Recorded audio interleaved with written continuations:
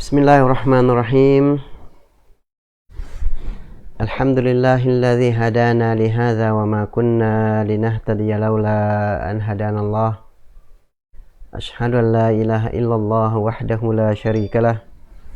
وأشهد أن محمدا عبده ورسوله أما بعد السلام عليكم ورحمة اللهวะบารอกาตุฮ์อัลฮัมดุลิลละห์ครับขอชูกรขอบคุณต่ออัลเลาะห์ซุบฮานะฮูวะตะอาลาขอบคุณในความโปรดปรานที่พระองค์อัลเลาะห์ซุบฮานะฮูวะตะอาลาได้ทรง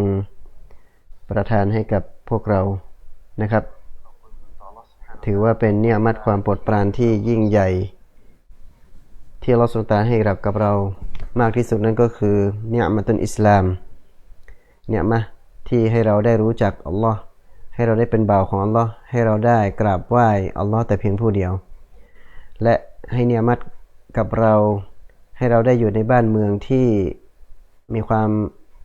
อิสระเสรีภาพในการยึดถือศาสนาให้เราได้ทำอิบาดะห์ต่ออัลลอฮ์อัลฮัมดุลิลละห์วันนี้เราก็มาเรียนรู้กันต่อนะครับเกี่ยวกับเรื่องของสัญญาณต่างๆของวันสิ้นโลกนะครับนั่นก็คือวันกิยามะห์วันที่โลกของเรานี้จะสูญสิ้นจะสูญสลายถึงอาญันของมันถึงกำหนดวาระของมันก็ต้องพังพินาศไปตามที่อัลลอฮฺซุบฮานะฮูวะตะอาลาได้ทรงสัญญาเอาไว้นะครับและก็สิ่งที่น่ากลัวยิ่งกว่านั้นก็คือ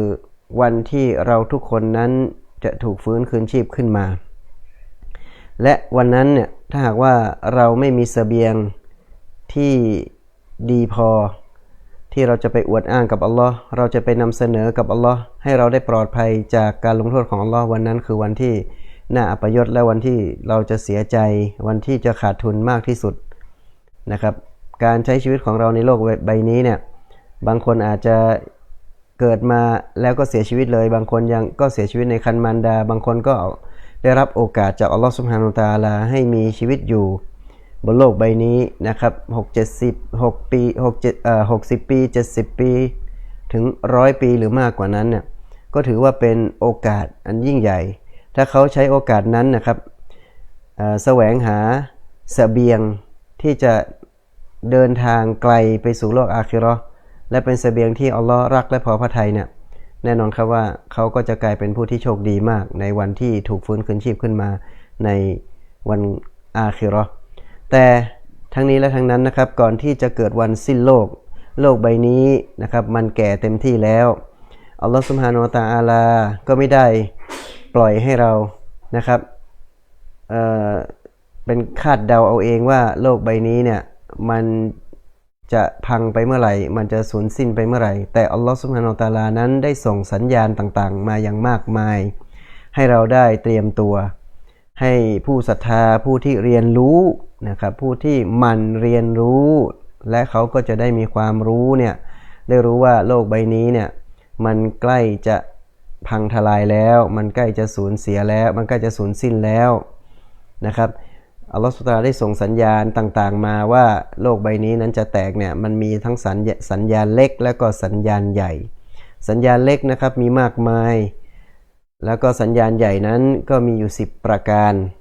นะครับสัญญาณเล็กที่ท่านนบีมุฮัมมัดศ็อลลัลลอฮุอะลัยฮิวะซัลลัมนั้นได้มาบอกกับเราเนี่ยนะครับตอนนี้เนี่ยเราก็ได้ประจักษ์ได้เห็นกับตาของเราในยุคของเราเนี่ยมากมายแล้วนะครับ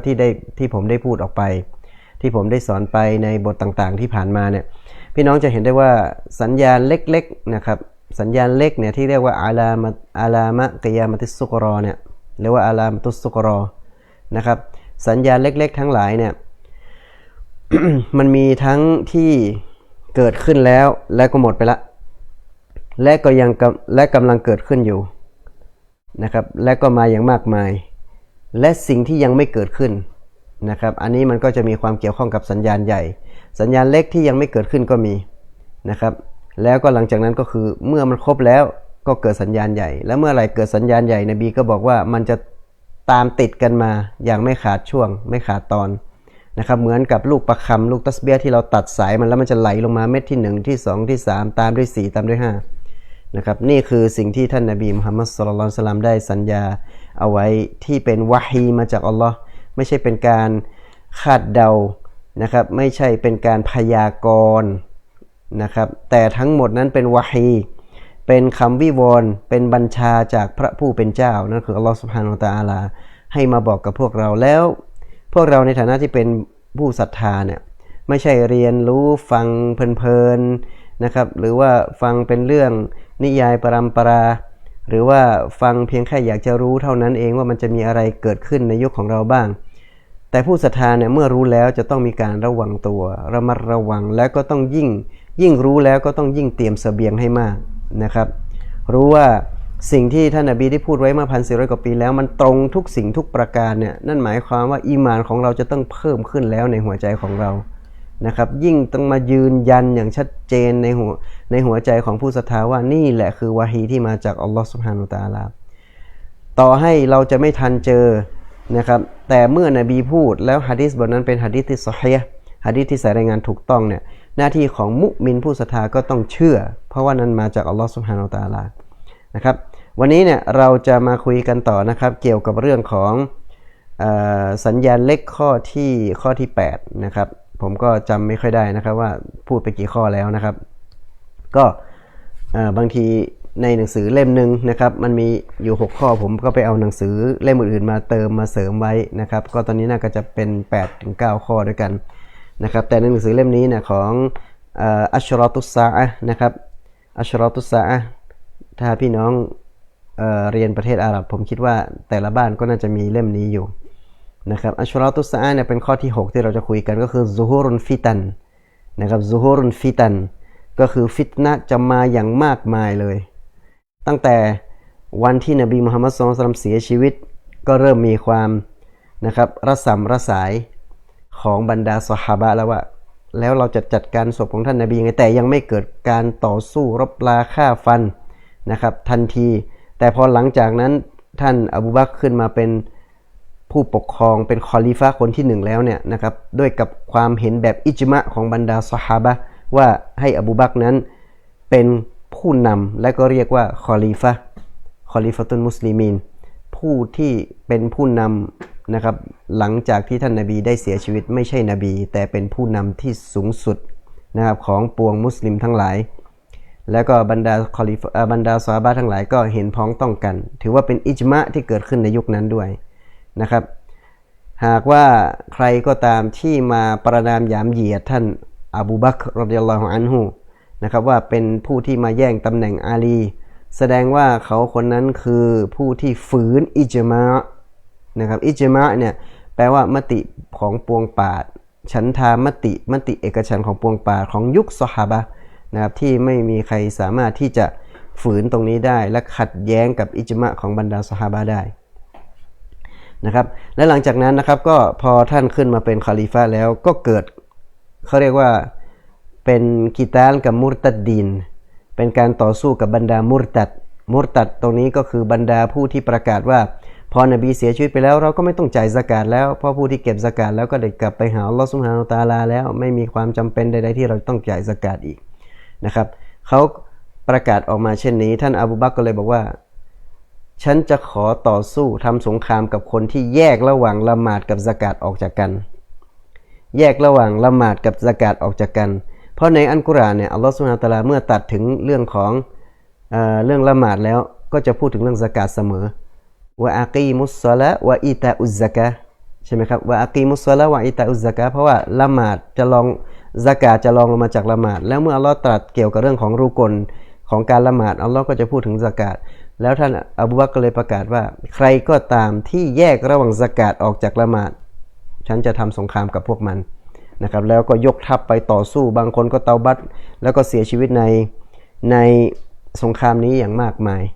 นะครับในสงครามนี้อย่างมากมายนี่ก็เป็นฟิตนะห์ที่ยิ่งใหญ่หลังจากนบีเสียชีวิตนะครับก็เกิดการต่อสู้ของคนที่ตกศาสนาเพราะว่าเขาได้ปฏิเสธรุกลหนึ่งของอิสลามไปเลยนะครับดังนั้นน่ะอย่างที่เราเคยคุยแล้วผมเคยคุยประจำว่ารุกลอีมานรุกลอิสลามไม่ใช่ว่าเชื่อบางเรื่องทิ้งบางเรื่องได้ไม่ได้เด็ดขาดนะครับเชื่อต้องเชื่อทั้งหมดนะครับอิสลามของเราก็ต้องอิสลามยอมจำนนทั้งหมดไม่ใช่เชื่อครึ่งไม่เชื่อครึ่งเชื่อ1ทิ้ง1เชื่อ1ปฏิเสธ1ไม่ได้นี่เป็น นี่เป็นหลักฐานนั้นยิ่งใหญ่ว่าไม่อนุญาตให้ใครปฏิเสธข้อหนึ่งข้อใดในหลักการอิสลามหรือว่าหลักการอีมานของอัลลอฮฺซุบฮานะฮูวะตะอาลานะครับแล้วก็เราก็มาคุยกันนะครับในหะดีษมากมายเนาะเกี่ยวกับเรื่องของหะดีษที่ท่านนบีจะพูดว่าฟิตนะห์จะมาอย่างรุนแรงจนกระทั่งว่าพอถึงยุคนั้นคนที่มีโอกาสมีชีวิตอยู่ในยุคนั้นบางคนนี่จนถึงกระทั่งขนาดนี้เลยว่าเช้าเป็นมุมินอยู่ดีๆตกเย็นกลายเป็นกาเฟรไปแล้วเพราะฟิตนะห์มันมาอย่างรุนแรงจนกระทั่งว่าบางคนเมื่ออีหม่านของเขาสั่นคลอนทำให้เขาหลุดออกจากศาสนาได้อย่างง่ายดายเช้ายังเป็นมุมินอยู่ดีตอนเย็นกลายเป็นกาเฟร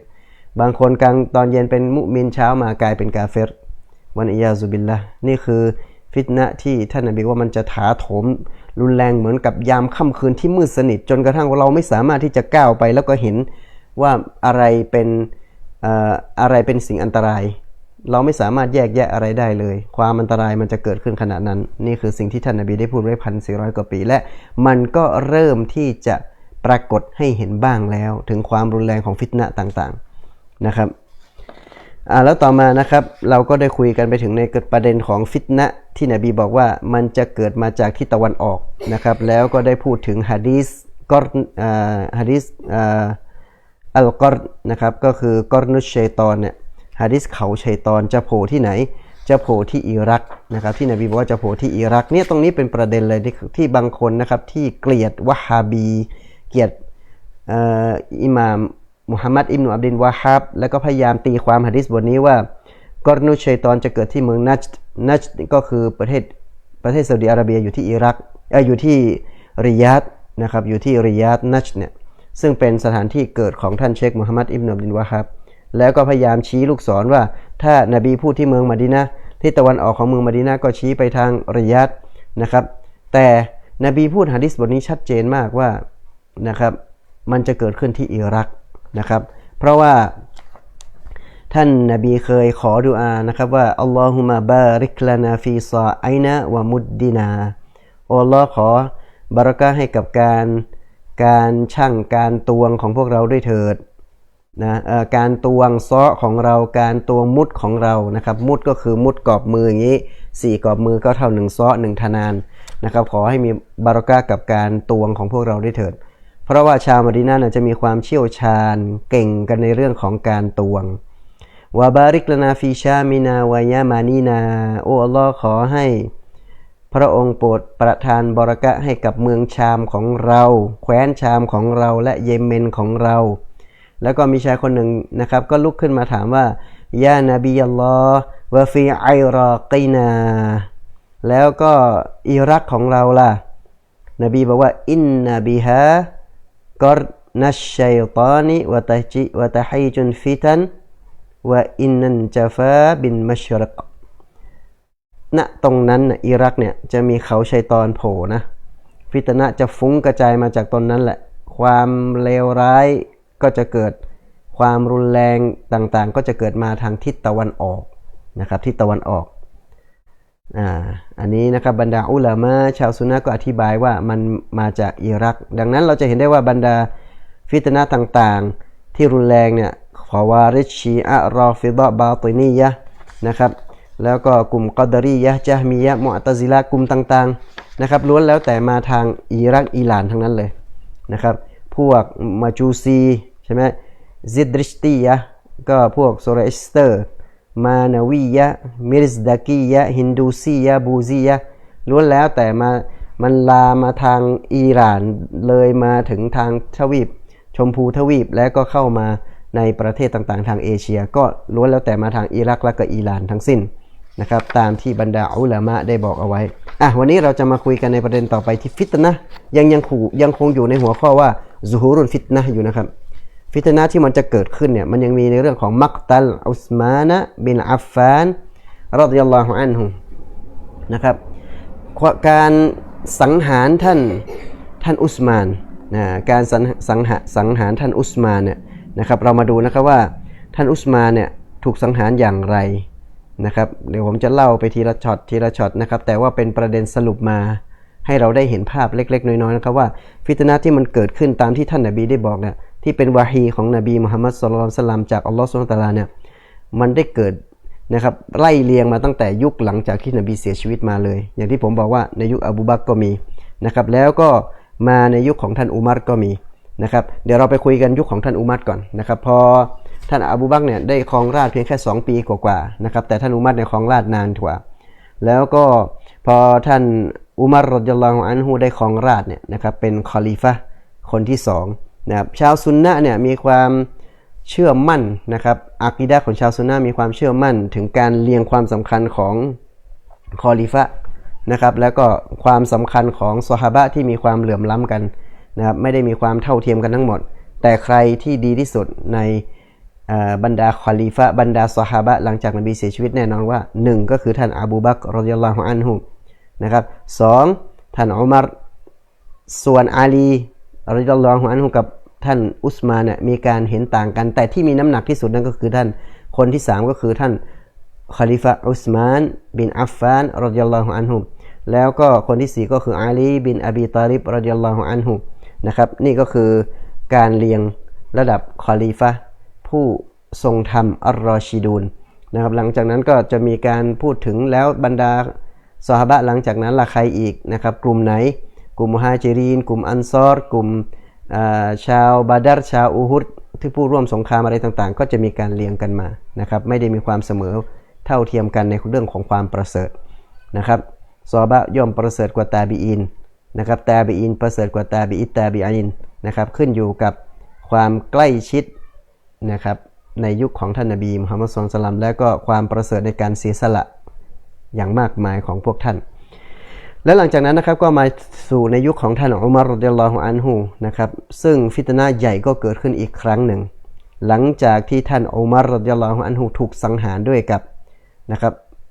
ชาวมาจูซีคนหนึ่งที่ได้แทงท่านขณะที่ท่านกำลังนำละหมาดซุบฮีในวันหนึ่งนะครับจนกระทั่งว่าท่านนั้นเสียชีวิตด้วยกับบาดแผลนะครับและอาการบาดเจ็บของการถูกมีดแทง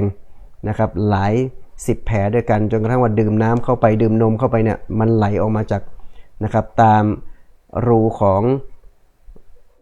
ร่องรอยของการถูกแทงนะครับเรามาดูนะครับซอฮีฮัยน์วะฟิซซอฮีฮัยน์จากซอฮีฮ์บุคอรีและก็มุสลิมอันฮุซัยฟะตะรอฎิยัลลอฮุอันฮุอันนะอุมัรอิบนุลค็อฏฏอบิรอฎิยัลลอฮุอันฮุจากฮุซัยฟะห์นะครับรอฎิยัลลอฮุอันฮุแท้จริงแล้วท่านอุมัรบินค็อฏฏอบรอฎิยัลลอฮุอันฮุเนี่ยได้พูดว่าอัยยุกุมยะฮ์ฟะซุกอลารอซูลิลลาฮิศ็อลลัลลอฮุอะลัยฮิวะซัลลัมฟินฟิตนะห์ในหมู่ของพวกท่านใครสามารถที่จะท่องจำหรือว่ามีใครจำคำพูดของนบีเกี่ยวกับเรื่องฟิตนะห์บ้างไหมนะครับท่านฮุซัยฟะห์ก็บอกว่าอะนะอัฮฟัซุกะมากอลแล้วก็ท่านฮุซัยฟะห์ก็บอกว่าผมเนี่ยแหละจำแม่นเหมือนกับที่ท่านนบีพูดให้ฟังเลยแล้วท่านอุมัรก็บอกว่าฮาติมาไหนลองว่ามาสิอินนะกะละจริท่านเป็นผู้กล้าหาญ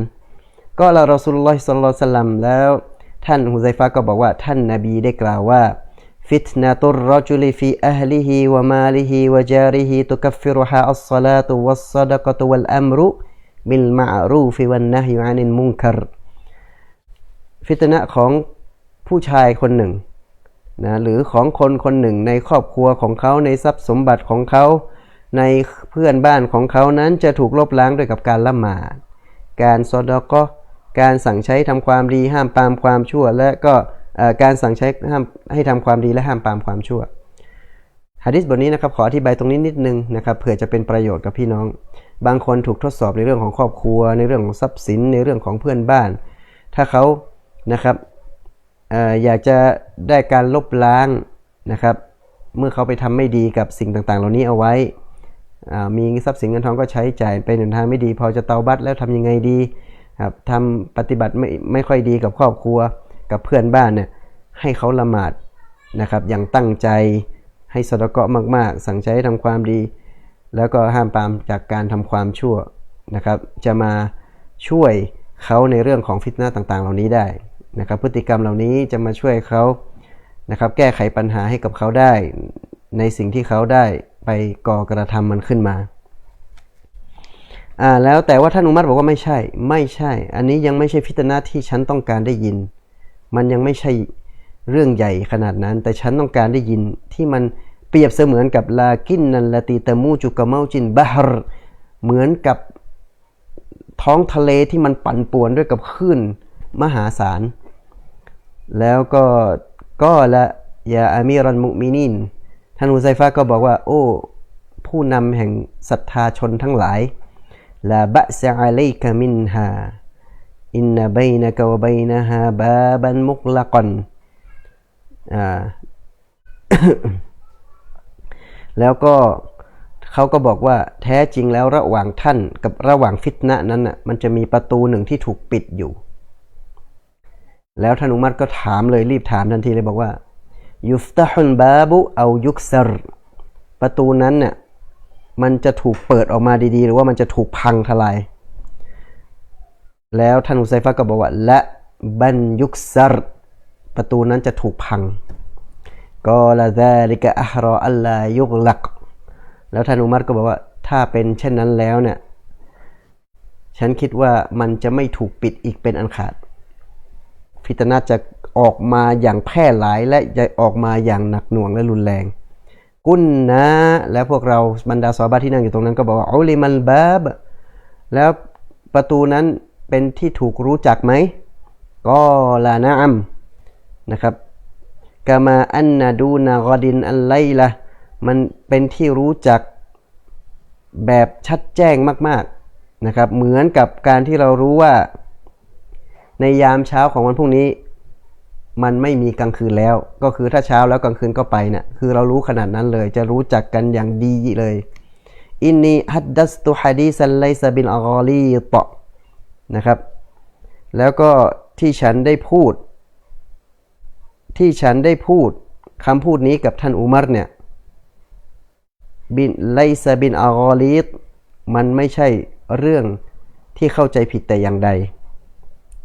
แล้วทีนี้ผู้คนก็เริ่มสงสัยว่าแล้วประตูนั้นคือใครเนี่ยเพราะการสื่อออกมาเช่นนี้แล้วเนี่ยประตูนี่หมายถึงคนแน่ๆนะครับและประตูนั้นคือใครพวกเราก็เลยให้ท่านมัสรุกเป็นซอฮาบะห์อีกท่านหนึ่งไปถามฮุซัยฟะห์ว่าประตูนั้นคือใครแล้วท่านฮุซัยฟะห์ก็บอกว่าเขาก็ถามว่ามานินบาบประตูนั้นคือใครท่านฮุซัยฟะห์ตอบว่ากอละอุมัรประตูที่ถูกพังหมายถึงโดนสังหารนั่นแหละคือท่านอุมัรนะครับท่านอุมัรนั่นหมายความว่าท่านนบีได้บอกว่าท่านอุมัรจะเป็นชะฮีดจะโดนฆ่าจะโดนสังหารตั้งแต่นบียังมีชีวิตอยู่และบอกให้กับใคร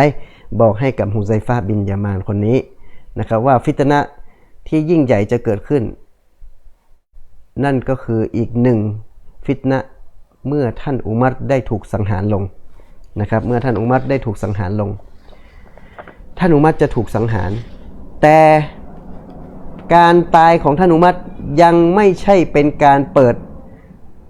ประตูแห่งฟิตนะห์ที่แท้จริงจนกว่ามาถึงการตายของท่านอุสมานบินอัฟฟานรอฎิยัลลอฮุอันฮุนี่แหละคือสิ่งที่ท่านนบีได้สัญญาไว้เลยว่า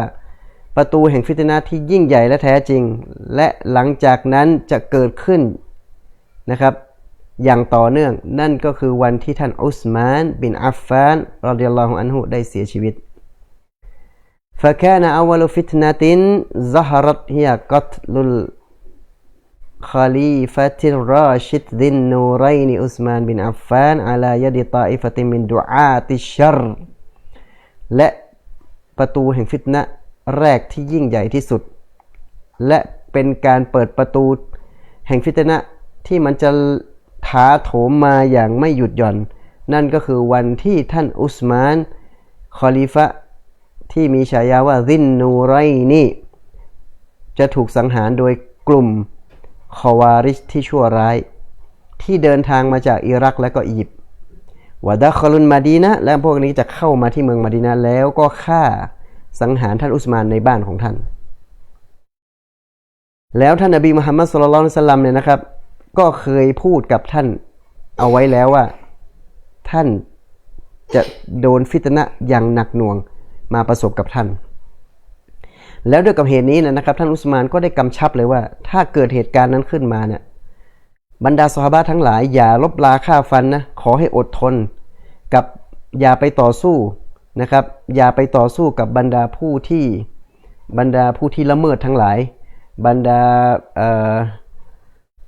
ผู้ที่ฝ่าฝืนนะครับบรรดาผู้ที่ทรยศทั้งหลายเพื่อที่จะไม่ให้มีการนองเลือดขึ้นมาในเมืองมะดีนะห์เพราะอันเนื่องมาจากฉันอีกนี่คือความซอบัรความอดทนความสุขุมของท่านอุสมานซึ่งท่านอุสมานนั้นมีความแตกต่างกับท่านอุมัรอย่างมากท่านเป็นคนที่อ่อนโยนแต่ไม่อ่อนแออ่อนโยนแต่ไม่อ่อนแอนั่นหมายความว่าความอ่อนโยนของท่านทำให้ท่านซอบัรในทุกเรื่องแม้กระทั่งว่าท่านยังเตือนบรรดาซอฮาบะห์ว่าถ้าเกิดเหตุการณ์อะไรขึ้นฟิตนะห์อะไรเกิดขึ้นเกี่ยวกับฉันเนี่ยพวกท่านอย่าได้นำทัพออกไปต่อสู้กับบรรดาพวกกบฏทั้งหลายนะเพื่ออย่าได้นองเลือดกันอีกเลยอันเนื่องมาจากฉันนะครับซึ่งท่านเคยได้ยินหะดีษบทนี้จากท่านนบีมุฮัมมัดศ็อลลัลลอฮุอะลัยฮิวะซัลลัมบอกว่าคอรจันนบีอิลาไฮตินมินฮาวายตินมะดีนะห์ครั้งหนึ่งท่านนบีได้ออกไปที่ชานเมืองมะดีนะห์แล้วก็ได้พูดนะครับเกี่ยวกับเรื่องของท่านอุสมานจนกระทั่งท่านอุสมานได้มาในวงสนทนานั้นแล้วท่านอุสมานก็ขออนุญาตเข้าพบท่านนบีนะครับในขณะนั้นมีคอลิฟะมีบรรดาซอฮาบะห์เนี่ยคอยคุ้มกันท่านนบีอยู่แล้วก็บอกว่าท่านอุสมานมานะท่านอุสมานมาขอเข้าพบท่านแล้วท่านนบีก็บอกว่าอิซัลละฮูอนุญาตให้เขาเข้ามานะวะบัชชิรฮุบินจันนะมะอาฮาบาลาอุนยูซีบุและจงไปแจ้งข่าวดีกับเขาว่าเขาจะได้เข้าสวรรค์และพร้อมกันนั้นก็จะมีบาลาอันยิ่งใหญ่ประสบกับเขาด้วยบาลาอันยิ่งใหญ่ประสบกับเขาด้วยนั่นก็คือท่านอุสมานก็จะถูกสังหารเช่นเดียวกันและเป็นบุคคลที่มูบัชชารูนบินจันนะเป็นผู้ที่ถูกแจ้งข่าวดีว่าเป็นชาวสวรรค์หนึ่งในผู้ที่ถูกแจ้งข่าวดีว่าเป็นชาวสวรรค์ตั้งแต่ยังไม่ทันได้เข้าสวรรค์ยังไม่ทันได้เสียชีวิตนะครับแล้วการที่ท่านนบีมุฮัมมัดศ็อลลัลลอฮุอะลัยฮิวะซัลลัมเนี่ยได้เจาะจงได้กล่าวนะว่าจะโดนบาลาประสบกับท่านเนี่ยนั่นหมายความว่าท่านอุมัรก็เสียชีวิตแต่นบีไม่ได้เคยพูดกับท่านอุมัรบอกว่าจะมีบาลาอันยิ่งใหญ่จะมีฟิตนะห์นะครับจะมีความเสื่อมเสียมากมายติดตามมาหรือว่าเกิดขึ้นกับท่านนะครับแต่ได้พูดเพียงแค่ว่าท่านจะต้องถูกสังหารแต่พอพูดถึงเกี่ยวกับการตายของอุสมานเนี่ยนะครับท่านนบีบอกว่าและจะมีบาลามะอาฮาบาลาอุนยูซีบุจะมีบาลานั้นประสบกับเขาด้วยตรงนี้แหละครับเป็นสิ่งที่ทำให้เป็นวะฮีที่มาจากอัลเลาะห์และให้เราได้รู้ว่าประตูแห่งฟิตนะห์ที่ยิ่งใหญ่และเป็นถูกเปิดขึ้นมาและหลังจากนั้นก็จะมีฟิตนะห์อีกมากมายติดตามมาอย่างไม่ลดหย่อนเนี่ยนั่นก็คือวันที่ท่านอุสมานบินอัฟฟานรอฎิยัลลอฮุอันฮุได้เสียชีวิตไปเพราะวันนั้นนะครับในวันที่ท่านเสียชีวิตเนี่ยครับท่านโดนทดสอบอย่างมากมายตอนก่อนที่ท่านจะถูกสังหารเนี่ยนะครับเพราะว่าแน่นอนครับเดี๋ยวผมก็จะขอย้อนความนะครับไปฟังเรื่องราวเกี่ยวกับเรื่องของวันที่ท่านถูกสังหารนะครับว่าจริงๆแล้วเนี่ยมันเกิดขึ้นได้อย่างไรกันนะครับวันที่ท่านอุสมานนะครับเสียชีวิตเนี่ย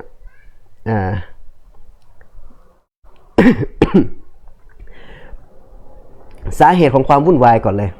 ทำไมถึงเกิดความวุ่นวายในเมืองมะดีนะห์ตอนนั้นนะครับเพราะว่ามันมีชายคนหนึ่งที่ชื่อว่าอับดุลลอฮ์บินซะบะห์เนี่ยนะครับก็คือชาวเยเมนนะครับเดินทางมาจากเยเมนแล้วก็เป็นยิวแฝงตัวเข้ามารับอิสลามตั้งแต่ในยุคของท่านอุสมานละทีนี้พอเข้ามาปุ๊บนะครับคนนี้ก็เริ่มที่จะมีตำแหน่งอยากจะมีอำนาจอยากจะมีชื่อเสียงแต่ว่าท่านอุสมานไม่ยอมรับนะครับคนนี้ก็เลยเริ่มที่จะปลุกปั่นคนในเมืองมะดีนะห์นะครับปลุกปั่นคนในเมืองมะดีนะห์ว่าท่านอุสมานเนี่ยละหลวมบกพร่องต่อหน้าที่นะครับแล้วก็ทำให้คนชาวอาหรับเบดูอินอาหรับบัดวีอาหรับชนบทที่มีความรู้น้อยนิดเนี่ยนะครับเชื่อตามเพราะคนเหล่านี้นะครับเวลาเชื่อแล้วเนี่ยนะด้วยความบริสุทธิ์ใจของเขานะครับบริสุทธิ์ใจแบบโง่บริสุทธิ์นะพูดกันง่ายๆว่าโง่บริสุทธิ์ก็คิดจะล้มล้างแล้วก็เชื่อฟังนะครับการปลุกปั่นได้ง่าย แล้วเมื่อเขาต้องการที่จะปลุกปั่นเนี่ยมันไม่ได้เป็นเพียงแค่พระพูดเองน่ะคำพูดมันไม่มีน้ำหนักชายคนนี้นะครับอับดุลลอฮ์บินซะบะเนี่ยก็เลยคิดแผนการร้ายขึ้นมานะคิดแผนการร้ายขึ้นมาว่าท่านหญิงไอชะท่านตอลฮะท่านซูเบรบรรดาซอฮาบะหลายๆคนเนี่ยเขียนจดหมายขึ้นมาไม่พอใจในการรับตำแหน่งของท่านอุสมานละหลวมเป็นคนที่อธรรมนะครับช่อราชบังหลวงอะไรต่างๆนานาแล้วก็เอาจดหมายเนี่ยเริ่มไปกระจายให้กับชาวเมืองแล้วก็ไปสอนผู้คนนะครับที่เป็นพวกอาหรับชนบทที่ความรู้น้อยนิดเนี่ยก็ไปใส่ร้ายป้ายสีต่างๆนะจนกระทั่งว่าเรื่องเนี่ยมันเริ่มกระจายข่าวมันเริ่มกระจายนะครับแล้วชายคนนี้นะครับอับดุลลอฮ์บินซะบะเนี่ยผมลืมพูดไปว่าจริงๆแล้วเนี่ยนะครับในตำรับตำราของชีอะห์เองนะครับก็ได้ถูกยืนยันถึงการมีตัวตนของชายคนนี้นอกจากคนส่วนน้อยเท่านั้นที่ออกมาปฏิเสธแล้วตำราของชาวซุนนะห์นี่ก็แทบทั้งหมดที่พูดถึงความชั่วร้ายของชายคนนี้นะครับแล้วคนนี้นะครับมีแนวคิดของยิวด้วยนะครับเอาแนวคิดของยิวเนี่ยมาสอนผู้คนในเมืองมะดีนะห์ด้วยว่าเรื่องของการรอญะอะห์บ้างการกลับมาของนบีมุฮัมมัดศ็อลลัลลอฮุอะลัยฮิวะซัลลัมนะครับว่าพยายามไปสอนผู้คนนะครับว่าเป็นเรื่องน่าแปลกใจมากเลยสอนกันได้ยังไงว่านบีอีสาจะกลับมาแล้วก็บอกว่านบีมุฮัมมัดนั้นจะไม่กลับมานะครับแล้วยังไม่พอนะครับไอคนนี้มันยังยกอัลกุรอานด้วยดังนั้นนะครับคนพวกกลุ่มหลงผิดเนี่ยมันมักจะเอากุรอานเอาหะดีษเนี่ยนะครับไปอ้างหลักฐานสนับสนุนอารมณ์ไฟต่ำของพวกมันซึ่งมันมายกอายะกุรอานในซูเราะห์อัลกอซัสนะครับอายะที่85ที่บอกว่าอินนัลลดีนฟารฎออะลัยกัลกุรอานละรอดดุกะอิลามะอาดแท้จริงผู้ประทานอัลกุรอานให้แก่เจ้าคืออัลลอฮ์แน่นอนย่อมทรงนำเจ้ากลับสู่ถิ่นเดิมนะครับก็ไปเอาอายะเนี่ยมาบอกว่านี่เห็นไหมเนี่ยมุฮัมมัดศ็อลลัลลอฮุอะลัยฮิวะซัลลัมจะได้กลับมาในวันสิ้นโลกอีกครั้งหนึ่งเรียกเป็นภาษาอาหรับเรียกว่าอากีดะห์รอญะอะห์นะครับซึ่งเป็นอากีดะห์เดียวกับพวกชีอะห์นั่นแหละนะครับพวกชีอะห์การกลับมาของบรรดาอิหม่ามอะไรต่างๆของพวกเขานะครับแล้วก็มีในเรื่องของพอเริ่มจะทิ่มแทงท่านอุสมานแล้วเนี่ยก็เริ่มปลุกปั่นให้ผู้คนเนี่ยยกย่องเทิดทูนท่านอาลีจนเกินเลยยกย่องท่านอาลีจนเกินเลยบอกว่าอาลีเนี่ยมีอวตารแห่งพระผู้เป็นเจ้านะมีอาลีมีอวตารแห่งพระผู้เป็นเจ้านะครับทีนี้ก็สุดท้ายแล้วนะครับการปลุกปั่นของคนเหล่านี้เนี่ยมันก็สำเร็จขึ้นมานะครับมันก็สำเร็จขึ้นมาด้วยกับการไปใส่ร้ายว่าท่านหญิงไอชาเนี่ยปล่อยจดหมายมาบอกว่านะครับในข้อความในจดหมายบอกว่าพวกท่านปล่อยให้เขาเหมือนผ้าสะอาดเนี่ยไร้มลทินนะเชือดเขาเลยเหมือนกับการเชือดแพะสักตัวหนึ่งนะครับแล้วก็สุดท้ายแล้วก็จดหมายนี่มันแพร่กระจายในหมู่ผู้คนนะครับแต่ว่าคนที่เดินทางเข้ามาเนี่ยก็คือพวกคอวาริชกลุ่มหนึ่งนะครับพวกคอวาริชกลุ่มหนึ่งเพื่อที่จะให้ชาวเมืองเนี่ยนะครับเริ่มสงสัยเริ่มไม่ภักดีกับท่านอุสมานก่อนแล้วก็จะนำเอาพวกคอวาริชที่มาจากนอกเมืองเนี่ยเดินทางเข้ามาสังหารท่านอุสมานแล้วก็ทีนี้มาหลายคนไม่ได้มีเพียงแค่คนเดียวมาหลายคนการที่เข้าไปสังหารท่านอุสมานในบ้านของท่านเนี่ยเข้าไปลุมทำร้ายท่านหลายคนนะครับหลายคนแล้วก็เดินทางกลับกันไปตรงนี้แหละนะครับจึงเป็นสาเหตุให้จับตัวผู้ก่อการร้ายเนี่ยยากเพราะไม่ได้เป็นเพียงแค่คนเดียวที่มาสังหารแต่มันมีหลายคนจากเมืองอื่นด้วยแล้วก็เดินทางเข้ามาสังหารท่านอุสมานรอฎิยัลลอฮุอันฮุนี่แหละเป็นอะไรครับเป็นสิ่งที่เป็นฟิตนะห์ที่เกิดขึ้นกับท่านอุสมานด้วยกับชายคนหนึ่งที่เป็นยิวแล้วแฝงตัวเข้ามานับถือศาสนาอิสลามเป็นมุนาฟิกนะครับเป็นยิวมุนาฟิกที่แฝงตัวเข้ามาแล้วนับถือศาสนาอิสลามแล้วก่อนที่จะหนีเตลิดเปิดเปิงหรือว่าบางรายงานบอกว่าถูกสังหารเนี่ยไอ้คนเนี้ยนะครับมันเรียกร้องผู้คนให้มานับถือท่านอาลีแล้วก็บอกว่าท่านอาลีนั้นมีอวตารแห่งพระผู้เป็นเจ้าตรงนี้นะครับอากีดะห์ตรงนี้นะครับแนวคิดตรงเนี้ย ใครก็ตามที่ตามอับดุลลอฮ์อิบนุซะบาเนี่ยเขาก็จะเรียกว่าซะบะอียะอัสซะบะอียะนะครับกลุ่มนี้เนี่ยมันยังไปสร้างความปั่นป่วนจากเหตุการณ์หลังจากนี้อีกด้วยนะครับหลังจากที่มันรอดไปเนี่ยมันยังกลับมาสร้างความปั่นป่วนให้ซอฮาบะห์เข็นฆ่ากันได้อีกและเป็นสงครามใหญ่ด้วยนะครับฟังให้ดีนะครับซะบะอียะก็คือผู้ที่เจริญรอยตามหรือว่าคล้อยตามเชื่อในนิกายของอับดุลลอฮ์อิบนุซะบะห์ซะบะอียะนะครับพอเหตุการณ์หลังจากนั้นนะครับก็บอกว่าไปเริ่มไปสอนผู้คนบอกว่าอาลีเนี่ยมีอวตารแห่งพระผู้เป็นเจ้าพอท่านอาลีได้รู้ข่าวขึ้นมาเนี่ยพอท่านอาลีรู้ข่าวมาว่าไม่ได้เลยฉันจะจัดการในคนพวกนี้นะฉันจะจัดการในคนพวกนี้ให้ได้ด้วยกับการขุดหลุมแล้วก็จุดไฟนะครับขุดหลุมแล้วก็จุดไฟแล้วก็พอจับมาพวกนี้มารวมตัวกันทั้งหมดแล้วก็เกิด3กลุ่มขึ้นมานะครับท่านเชคอุสมานคอมิสบอกว่าก็เกิดกลุ่มเนี่ยแตกออกเป็น3กลุ่มกลุ่มแรกก็เตาบัตเลยกลุ่มแรกเตาบัตนะครับแล้วกลุ่มที่2นะกระโดดลงไฟไปเลยเพราะว่าอะไรครับเขาบอกว่าเพราะว่าอาลีได้สั่งเราแล้วให้ลงไฟและอาลีเป็นพระเจ้าพระเจ้าลงโทษเราพระเจ้าสั่งเราก็ต้องเชื่อพระเจ้าเรากลุ่มที่3ก็หนีกระเจิดกระเจิงออกไปนะครับบางรายงานก็บอกว่าอับดุลลอฮ์บินซะบะห์ถูกสังหารบางรายงานก็บอกว่าอับดุลลอฮ์บินซะบะห์เนี่ยเขาได้หนีออกไปนะครับว่าลอฮุตะอาลาอะลัมนะครับแต่ว่าเหตุการณ์นี้ก็มีอยู่ในหนังสือประวัติศาสตร์ของอิสลามอยู่นะครับแล้วต่อมานะครับเกิดอะไรขึ้นอีกนะครับท่านอุสมานก็ถูกสังหารแล้วนะครับท่านอาลีก็ได้ขึ้นของราชย์ก็มีคนมาหาท่านอาลีนะครับก็มีคนมาหาท่านอาลีละบอกว่าพอท่านอุสมานเสียชีวิตไปเนี่ยท่านอาลีก็รู้สึกเสียใจมากๆนะครับก็เลยกลับเข้าไปอยู่ในบ้านของท่านแล้วผู้คนก็เริ่มมาหาท่านอาลีที่หน้าบ้านแล้วก็บอกว่าวันนี้เนี่ยท่านอุสมานได้จากเราไปแล้วเนี่ยพวกเราไม่เห็นใครที่ดีกว่าท่านอีกแล้วในการที่จะขึ้นมาเป็นผู้นำนะครับแล้วท่านอาลีรอฎิยัลลอฮุอันฮุก็บอกว่าฉันจะเป็นผู้นำฉันขอเป็นฝ่ายสนับสนุนให้กับท่านดีกว่าให้ฉันเป็นผู้นำเพราะวันนั้นท่านยังเศร้าอยู่แต่ถ้าหากว่าฉันจะเป็นผู้นำฉันจะไม่ให้ฉันจะไม่ให้พวกท่านให้สัตยาบันกับฉันแบบลับๆที่แห่งนี้แต่ฉันจะไปที่กลางเมืองและให้พวกท่านได้ให้สัตยาบันกับฉันอย่างเปิดเผยนะให้พวกท่านได้ให้สัตยาบันกับฉันอย่างเปิดเผยนะครับอันนี้ก็เป็นเหตุการณ์เรื่องของมักตัลอุสมานนะครับท่านอุสมานก็ถูกสังหารแล้วพอพวกโจรคอวาริสทั้งหลายหนีกลับไปเนี่ยก็ทีนี้มันก็เกิดปัญหาใหญ่อีกปัญหาหนึ่งเกิดขึ้นนั่นก็คือท่านมูอาวิยะห์บิน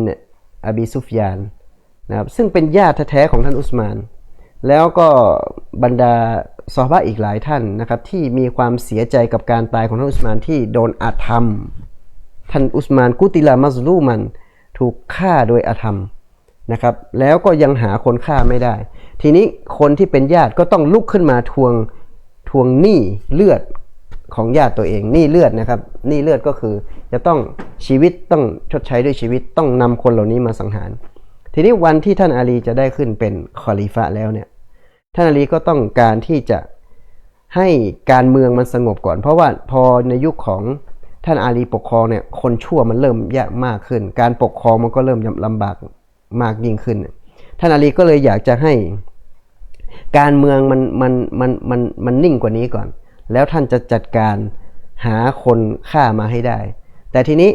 นะครับท่านมูอาวิยะห์ท่านก็ไม่ยอมนะครับท่านก็ไม่ยอมว่าจะต้องหาคนฆ่ามาให้ได้มิฉะนั้นแล้วนะครับท่านก็ยังไม่ให้สัตยาบันกับท่านอาลีรอฎิยัลลอฮุอันฮุนะครับท่านก็ยังไม่ให้สัตยาบันกับท่านอาลีรอฎิยัลลอฮุอันฮุแล้วพอท่านตัลฮะห์บินอุบัยดิลละห์ท่านซุเบรนะครับพอหลังจากที่เกิดเหตุการณ์เหล่านี้ขึ้นน่ะท่านเดินทางไปที่มักกะละตอนนั้น นะครับแล้วท่านก็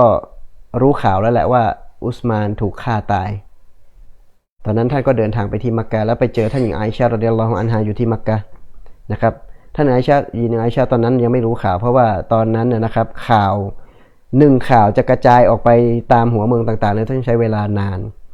แล้วพอท่านเดินทางไปถึงก็ได้ไปแจ้งข่าวให้กับท่านหญิงไอชารอฎิยัลลอฮุอันฮานะครับว่าท่านอุสมานเนี่ยถูกสังหารแล้วทีนี้เกิดเหตุการณ์อะไรขึ้นครับคนในมักกะนะครับซึ่งหลายต่อหลายคนที่กำลังรวมตัวกันอยู่ปรึกษาหารือกันอยู่ว่าจะต้องเดินทางไปที่บาซเราะห์นะครับเดินทางไปยังเมืองที่ไอ้พวกโจรชั่วมันอยู่กันที่มันเดินทางมาสังหารท่านอุสมานก็เลยรวมไพ่พลกันหนึ่งในนั้นก็มีท่านซุเบตมีท่านตอลฮะมีท่านหญิงอาอิชะฮ์รอฎิยัลลอฮุอันฮานะครับก็เลยนำจำนวนพลกลุ่มหนึ่งนะครับเดินทางไปนะครับนำจำนวนพลกลุ่มหนึ่งเดินทางไปที่ไหนเดินทางไปที่เมืองบอสรอนะครับเพื่อที่จะไปจัดการใครจัดการคนที่สังหารท่านอุสมานรอฎิยัลลอฮุอันฮุพอตอนนั้นท่านอาลีอยู่ที่ไหนครับอาลีอยู่มะดีนะห์เพราะอาลีเป็นเจ้าเมืองอยู่เป็นคอลิฟะอยู่แล้วท่านซุเบตท่านตอลฮะท่านอาอิชะฮ์ก็นำเขาเรียกว่าไพร่พลอูฐนะครับก็คือกองทัพอูฐขี่อูฐกันไปตรงนี้แหละเป็นจุดเริ่มต้นของเมาเกอะมะรอกะตุนจามัลสงครามอูฐนะเป็นจุดเริ่มต้นของสงครามอูฐนะครับลองฟังกันดูนะครับก็เดินทางกันไปเพื่อที่จะแก้แค้นให้กับท่านอุสมานซึ่งตอนนั้นน่ะที่เมืองบาซเราะห์เมืองกูฟะห์เมืองอิรักนะครับมีชายคนหนึ่งชื่อว่าท่านอุสมานบินฮุเนฟไม่ใช่อุสมานบินอัฟฟานนะอุสมานเหมือนกันบินฮุเนฟเป็นเจ้าเมืองอยู่ซึ่งท่านอาลีรอฎิยัลลอฮุอันฮุเนี่ยได้สั่งบอกว่าให้ไปดูแลที่เมืองกูฟะห์นะอิรักนั่นแหละก็คือจุดเริ่มต้นของคอวาริชนั่นแหละที่มาฆ่าท่านอุสมานนะแล้วทีนี้คนเหล่านี้ก็เดินทางไปนำอูฐเดินทางไปพอไปถึงชานเมืองนะครับชายแดนของเมืองกูฟะห์ท่านอุสมานบินฮุเนฟก็ส่งคนมาตัวท่านเองก็มาด้วยแล้วก็บอกว่ามาทำไมกันท่านมีจุดประสงค์อะไรนะแล้วก็ท่านซุเบตท่านตอลฮะนะครับก็บอกว่าเราต้องการคนที่สังหารอุสมานอันนี้ยังไม่ถึงฉากมูอาวิยะห์นะครับอันนี้ยังอยู่ในเรื่องของท่านซุเบตท่านหญิงอาอิชะฮ์อยู่ก็บอกว่ามาเนี่ยฉันต้องการคนสังหารท่านอุสมานเพราะว่าตอนนั้นที่ท่านได้เดินทางออกมาจากมะดีนะห์เนี่ยท่านมารู้สึกเสียใจทีหลังมากว่าทำไมฉันถึงไม่ได้อยู่ปกป้องท่านอุสมานท่านบรรดาซอฮาบะห์เหล่านี้ก็เลยเสียใจก็เลยต้องมาทวงนะครับยุติธรรมให้กับท่านอุสมานแล้วก็ทีนี้ท่านอุสมานบินฮุเนฟซึ่งเป็นเจ้าเมืองกูฟะห์แล้วก็บอกว่าพวกท่านจงกลับไปเดี๋ยวนี้หรือไม่ก็เข้าไม่ได้จนกว่าท่านอาลีจะมานะไม่ให้เข้าไปเด็ดขาดและในขณะที่อยู่ตรงชายแดนตรงนั้นน่ะไอ้พวกยาบาละนี่นะเป็นหนึ่งคนนะครับชื่อว่ายาบาละเนี่ยเป็นหนึ่งคนที่อยู่ในการสังหารท่านอุสมานพอได้ยินข่าวมามันก็ไปนำคน700คนมาจะมาฆ่าคนเหล่านี้จะมาฆ่าซอฮาบะห์ท่านกลุ่มท่านหญิงอาอิชะฮ์ซุเบตแล้วก็ตอลฮะนะครับแล้วก็ซอฮาบะห์อีกมากมายที่นำอูฐมาเนี่ยมันก็นำคน700คนมานะครับแล้วก็ทีนี้นะครับท่านกลุ่มท่านซุเบตกลุ่มท่านตอลฮะก็ไม่ยอมจะเข้าไปให้ได้ก็เลยพวกนี้700คนก็มาสมทบกับท่านอุสมานบินฮุเนฟก็ต่อสู้กันเห็นไหมครับสองกลุ่มก็ต่อสู้กันไปต่อสู้กันมานะครับกลุ่มของท่านตอลฮะกับซุเบตชนะก็คือสังหารนะครับพวกของจาบาละกับพวกของท่านอุสมานบินฮุเนฟเนี่ยตายไปหลายร้อยศพเลย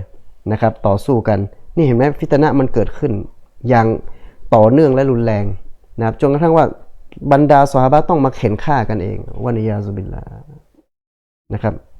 นี่คือฟิตนะห์ที่อัลลอฮ์ได้สัญญาเอาไว้นะครับ เห็นไหมครับนี่คือซุรูรุนฟิตนะหลังจากนบีเสียชีวิตแล้วฟิตนะมันมาเรื่อยๆเรื่อยๆเรื่อยๆเรื่อยๆจนถึงทุกวันนี้ก็ยังมาเรื่อยๆแล้วก็จะมีอีกอย่างนี้อีกตลอดไปนะครับแล้วก็หลังจากนั้นเกิดอะไรขึ้นครับท่านอาลีรอฎิยัลลอฮุอันฮุก็ได้เดินทางมาถึงกูฟะห์ก็ได้ยินข่าวได้ทราบข่าวว่าท่านอุสมานบินฮุเนฟกับท่านตอลฮะท่านซูเบตเนี่ยได้ต่อสู้กันนะครับได้ต่อสู้กันแล้วในสงครามนั้นก็มีท่านหญิงอาอิชาอยู่ด้วยแล้วทีนี้อาลีรอฎิยัลลอฮุอันฮุก็ได้นำจำนวนคนเป็นหมื่นเลยนะครับออกไปจำเป็นหมื่นเลยนะครับไปเผชิญหน้ากับตอลฮะและซูเบตเพราะว่าท่านถือว่าคนเหล่านี้กำลังฝ่าฝืนคำสั่งเพราะอาลีเป็นคอลิฟะห์แล้วซูเบตกับตอลฮะกับท่านหญิงอาอิชารอฎิยัลลอฮุอันฮุมเนี่ยเป็นบุคคลกลุ่มที่ฝืนคำสั่งท่านต้องการที่จะนำคนไปปรามนะครับนำคนไปปรามแล้วพอมาถึงนะครับสองทัพเจอหน้ากันทีนี้จะเอายังไงดีล่ะนะครับก็เลยต้องเจรจากันนะครับต้องเจรจากันไม่อยากจะให้เกิดการนองเลือดกันก็เลยต้องเจรจากันแล้วทีนี้นะครับท่านอาลีก็ได้ส่งมิกดาร์บินอัสวัดเป็นซอฮาบะห์อีกท่านหนึ่งแล้วก็ท่านกอบิลอัมรไปเจรจากับตอลฮะกับซูเบต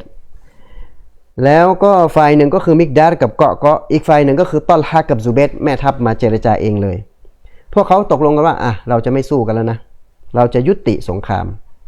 และต่างฝ่ายต่างก็อธิบายมุมมองของตัวเองว่าที่ฉันมาตรงนี้อิจติฮาดฉันมุมมองฉันมาทำอะไรมาเพื่ออะไรฉันไม่ได้ต้องการมาต่อสู้กับคอลิฟะห์มาเป็นกบฏกับท่านอุสมานกับท่านอาลีรอฎิยัลลอฮุอันฮุแต่ฉันต้องอยากจะได้คนที่เข็นฆ่าท่านอุสมานน่ะมาชดใช้กรรมพูดกันเป็นภาษาเราแล้วชดใช้กรรมก็คือต้องโดนสังหารทีนี้สองคนก็เข้าใจกันละก็จะไม่ต่อสู้กันนะครับแล้วก็หลังจากที่ตกลงกัน2คนก็ในค่ำคืนนั้นก็ได้นอนหลับพักผ่อนกันไปเพราะว่านะครับเจรจากันมานานต่อสู้กันมาอะไรต่างๆนานแล้วก็ไม่ยอมถอยทัพแล้วก็วันนี้ก็โอเคตกลงรู้เรื่องว่าจะไม่สู้กันก็เลยนอนพักผ่อนในค่ำคืนนั้นแต่ทีนี้นะครับกับพวกซาบะอียะจำได้ไหมจำชื่อนี้ได้ไหมครับว่าพวกซาบะอียะก็คือพวกของอับดุลลอฮ์อิบนุซาบะอันยะฮูดีอันกัซซาบอัลกุฟฟาร์อันมุรตัดนะครับชายคนเนี้ยนี่คือพวกลูกหาบของมันนะครับ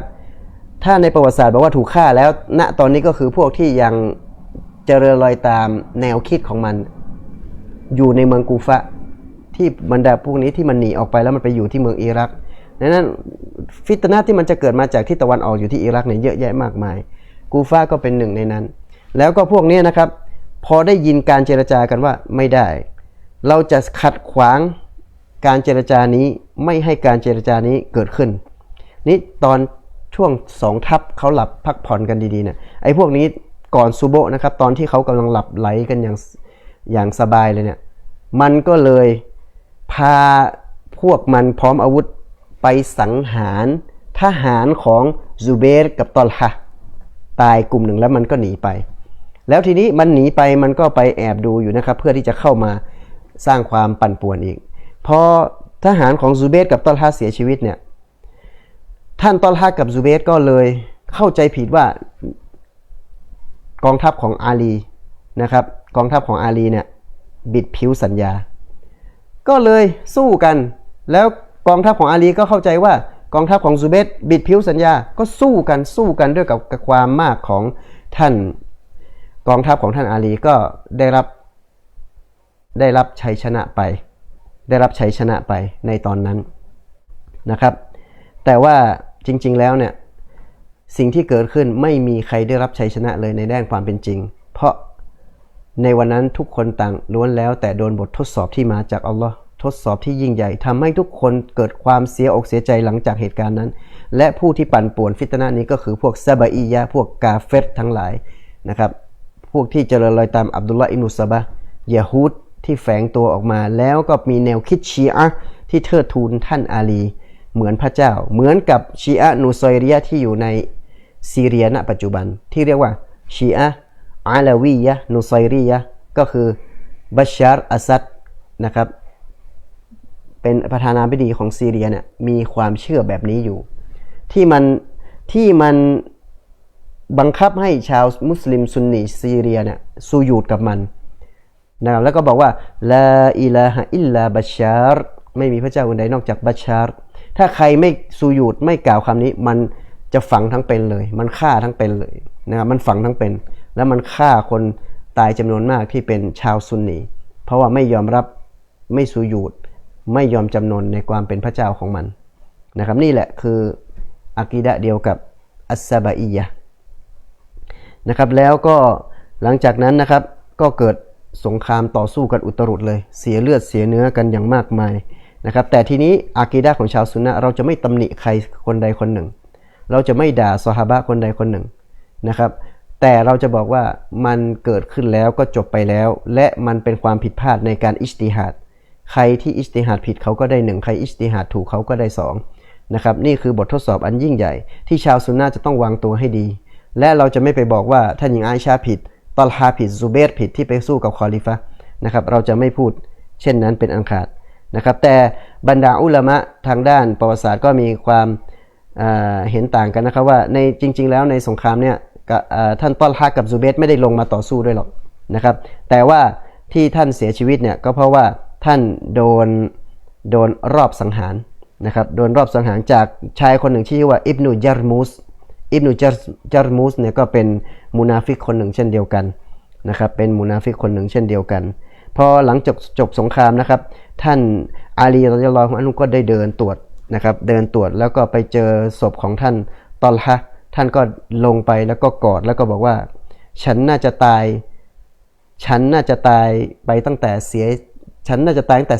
20 ปีที่แล้วละฉันไม่อยากจะเห็นภาพของวันนี้เลยแล้วท่านก็ร้องไห้นะครับนี่คือความเสียใจที่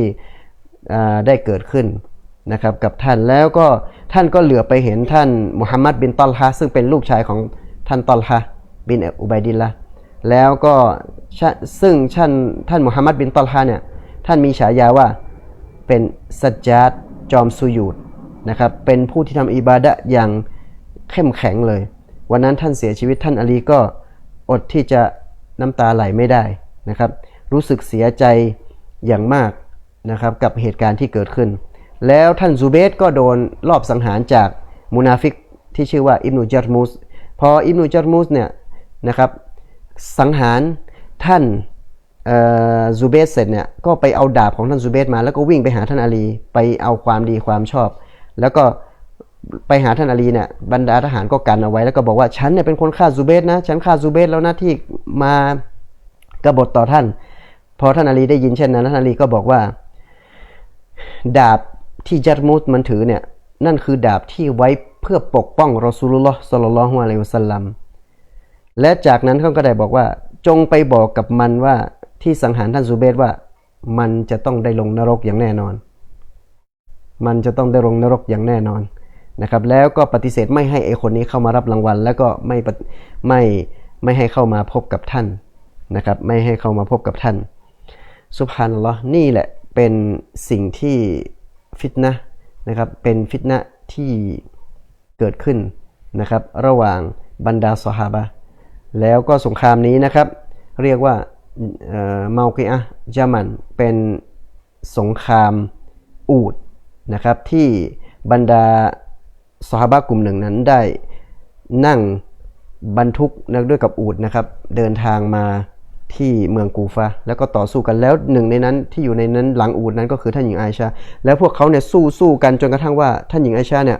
ตกลงมาจากอูฐแล้วเมื่อท่านหญิงอาอิชาตกมาจากอูฐทุกอย่างมันก็สงบหมดเลยเพราะท่านอาลีนะครับก็ได้อยู่ในเหตุการณ์นั้นเนี่ยท่านอาลีก็ลงมานะครับแล้วก็บอกว่าให้สงครามทั้งหมดยุติแล้วก็นำพาท่านหญิงอาอิชากลับไปเมืองมะดีนะห์ด้วยกับเกียรติยศอันยิ่งใหญ่อันเนื่องมาจากเป็นภรรยาของท่านนบีมุฮัมมัดศ็อลลัลลอฮุอะลัยฮิวะซัลลัมเพราะว่าท่านนบีเคยพูดกับท่านอาลีไว้ว่าอินนะฮูซะยะกูนุบัยนะกะวะบัยนะอาอิชะตะอัมรุน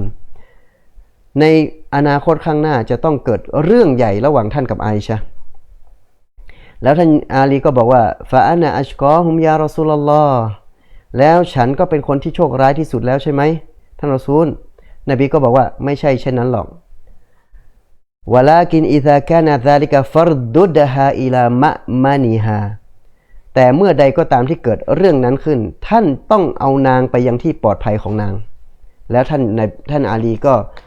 ได้เห็นวะฮีที่ยิ่งใหญ่ที่นบีได้มาพูดกับท่านแล้ววันนั้นท่านอาลีก็ได้ทำตามสิ่งที่ท่านนบีได้บอกก็คือนำท่านหญิงอาอิชะฮ์ รอฎิยัลลอฮุอันฮากลับสู่เมืองมะดีนะห์เป็นที่เรียบร้อยแล้วก็นะครับนี่ยังไม่ใช่สงครามสุดท้ายที่เกิดขึ้นระหว่างซอฮาบะห์ในวันจันทร์หน้าเราจะมาคุยกันอีกถึงสงครามที่เกิดขึ้นระหว่างท่านอาลีแล้วก็ท่านมุอาวิยะห์แล้วก็เกิดฟิตนะห์ของคอวาริดขึ้นมาอย่างเด่นชัดนับตั้งแต่นั้นเป็นต้นมานะครับวันนี้ยาซุบิลละเราจะเห็นได้ว่าที่เราคุยกันมาวันเนี้ยไม่ว่าจะเป็นนะครับความตายของท่านอุมัรการที่ท่านอุมัรถูกสังหารแล้วก็สงครามมุรตัดระหว่างท่านอบูบักรกับบรรดาผู้ที่ตกมุรตัดที่ปฏิเสธซะกาตนะครับแล้วก็การสังหารท่านอุสมานนะครับการสังหารท่านอุสมานแล้วก็เกิดสงครามระหว่างอาลีกับซอฮาบะห์ท่านอื่นในสงครามอูฐแล้วก็มีซอฮาบะห์ตายกันอย่างมากมายนะครับแล้วก็หลังจากนั้นก็จะเกิดสงครามระหว่างท่านอาลีกับมุอาวิยะห์อีกอินชาอัลลอฮ์ในครั้งต่อไปเราจะมาคุยกันแต่ที่เราได้เรียนตรงนี้นะให้เรารู้ว่าฟิตนะห์นะครับมันเกิดขึ้นได้กับทุกคนมันเกิดขึ้นได้กับทั้งคนดีและก็คนไม่ดีดังนั้นนะครับการที่เมื่อเกิดฟิตนะห์เกิดขึ้นแล้วเราต้องยึดมั่นในกิตาบุลลอฮ์และซุนนะห์แบบฉบับที่ท่านนบีได้สอนเอาไว้ที่นบีได้เตือนเอาไว้ถ้าเราอยากจะรอดพ้นจากฟิตนะห์เราก็ต้องยืนหยัดยึดมั่นกับคำสอนของศาสนานะครับและอินชาอัลลอฮ์อย่างน้อยถึงแม้ว่าเราจะไม่รอดพ้นแบบปลอดภัย 100% แต่ฟิตนะห์นั้นมันก็จะเบาบางลงถ้าเรานั้นพยายามที่จะทำตัวของเรานั้นให้อยู่ในกรอบของอันอิสลามนะครับแน่นอนว่าใครก็ตามที่เรียนรู้และพยายามประคับประคองตัวเขาให้อยู่ในแนวทางของอันอิสลามได้มากเท่าไหนเท่าไหร่เขาก็จะเป็นบ่าวที่อัลลอฮ์รักมากเท่านั้นนะครับส่วนวันนี้นะอัลฮัมดุลิลละห์เราก็คุยกันมานะครับพอสมควรแล้วประมาณ1ชั่วโมงนะครับและครั้งต่อไปในจันทร์หน้าเราก็จะมาคุยกันต่อในสัญญาณต่างๆนะครับวันนี้เรายังไม่จบในเรื่องของซุฮูรุนฟิตนะห์นะครับเวลานบีเสียชีวิตแล้วฟิตนะห์มันเริ่มกระจายเกิดขึ้นอย่างมากมายและมันเกิดขึ้นและมันก็จบไปแล้วนะครับเราก็จะคุยกันไปจนถึงฟิตนะห์ที่เกิดขึ้นและจบไปแล้วแล้วหลังจากนั้นก็จะมาคุยฟิตนะห์ที่มันยังเกิดขึ้นในยุคปัจจุบันและฟิตนะห์ที่ยังไม่เกิดขึ้นแล้วก็สัญญาณที่ไม่เกิดขึ้นรวมไปถึงสัญญาณใหญ่ทั้งหมดนะครับอินชาอัลลอฮ์أقول قولي هذا وأستغفر الله العظيم لي ولكم ولسائر المسلمين كل ذنب فاستغفروه إنه هو الغفور الرحيم السلام عليكم ورحمة الله وبركاته